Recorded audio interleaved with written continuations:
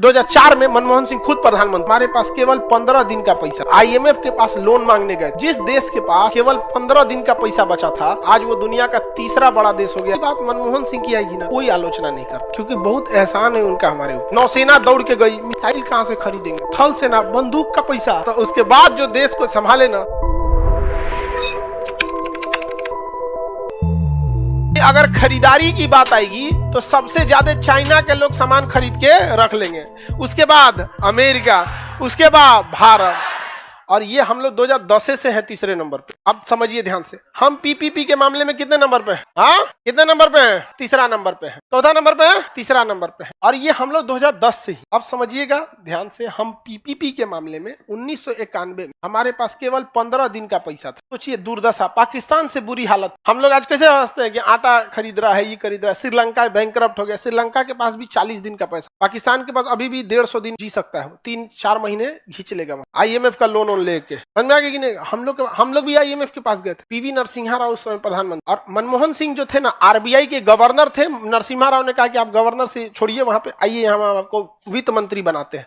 तो हमरा से वोट मांगने जाएंगे तो भारत के लोग पढ़ल लिखल आदमी को देख के क्या है, कहता कि पढ़ल लिखल आदमी कौन चीज करता, भारत के आदमी को कैसा नेता चाहिए, धान भूया बैठ जाए, नहीं समझ में आया, तुरंत बैठ जाए। यहाँ पे समझ में कोई धान रोपाई कर रहा है ना, तो बैठ के वही में बैठे। उसका मुख्य उद्देश्य धान रोपाई पे नहीं, कुर्ता गंदा करने पे होना चाहिए, लसरा जाए एकदम, धान रोप दे। हम भारत के आदमी को ऐसे ही आदमी चाहिए, बस एकदम काम खत्म। तो मनमोहन सिंह कहे कि हमरे बस का है ही सब। वो आरबीआई के गवर्नर थे, डेटा पे बात करते थे। उन्होंने कहा कोई बात नहीं, आप आइए, हम आपको राज्यसभा से भेजेंगे। जो बात पीवी नरसिम्हा राव ने मनमोहन सिंह को कहा था, यही बात नरेंद्र मोदी ने एस जयशंकर साहब को कहा था। वो आरबीआई संभालते थे, मोदी जी के समय ये विदेश मंत्रालय संभालते, कहते सचिव का पद छोड़िए, आइए हम आपको विदेश मंत्री बनाते हैं। तो कहेगा हमरा हम कहाँ जाएंगे वोट मांगने? लोग जो होते हैं ना, ये 5 साल में जब वोट देने आता है तो अपना रहन दिखा देते हो, तो 5 साल तक छाती पीट के चिल्लाते क्या हो, तुम ही सेलेक्ट किए थे, अवतार नहीं लिया था कोई, तो वो लोग आना ही नहीं चाहते हैं। पढ़ा लिखा इंसान को भारत का आदमी मुखिया के चुनाव में हरा के रद्द कर देगा, उसको जमानत जब्त करा देगा, यहाँ पे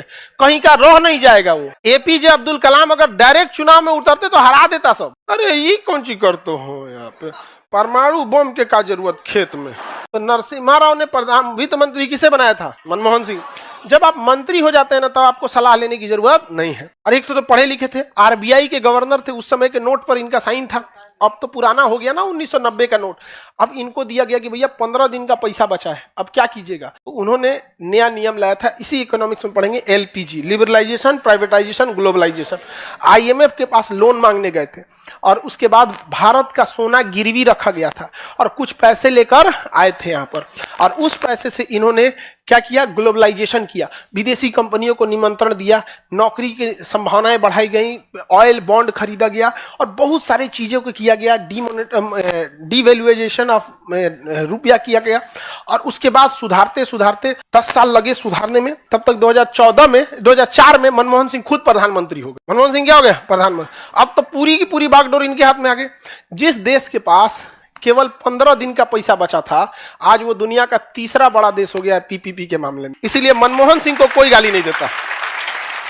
आप मोदी जी को भी देखिएगा, चाहे मोदी जी तो अभी प्रधानमंत्री भारत के वही हैं, चाहे उनके पार्टी का कोई भी नेता हो, आप देखिएगा जब पर्सनली बात मनमोहन सिंह की आएगी ना, तो कोई आलोचना नहीं करता है, कोई कुछ नहीं बोलता है, क्योंकि बहुत एहसान है उनका हमारे ऊपर। 15 दिन का पैसा इतने विशाल देशों के पास है। पेट्रोलियम मंत्रालय प्रधानमंत्री के पास दौड़ के गया था, नरसिम्हा राव के पास, कि अगला खेप जो मंगाएंगे वो पैसे नहीं है, अगला खेप आएगा 20 दिन बाद, 15 दिन का पैसे बचल है। दवा जो आती थी ना विदेश से महंगी दवाइयां, वो हाथ जोड़ लिया, सर कहां से लाएंगे? नौसेना दौड़ के गई, मिसाइल कहां से खरीदेंगे? थल सेना बंदूक का पैसा, वायुसेना सुखोई मिराज 2000 मिग जहाज कहां से खरीदेंगे? पगला गए नरसिम्हा राव। वो बोले मनमोहन सिंह खुद आप ही संभालिए। तब मनमोहन सिंह जो बोले सो निहाल।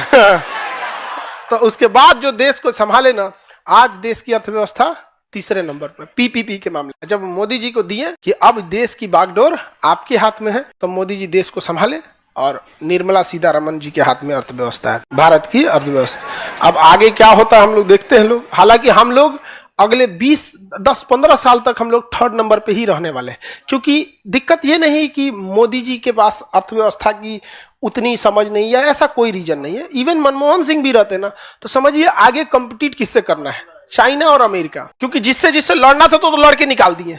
अब इस समय मतलब कई लोग कहते हैं कि मोदी जी को सीखना चाहिए मनमोहन सिंह से। देखिए 15 दिन का था, तीसरे नंबर पे लाए। भैया तीसरा के बाद दूसरा पे आने के लिए मनमोहन सिंह को भी 20 साल लगेगा, क्योंकि आगे खड़े कौन है सब?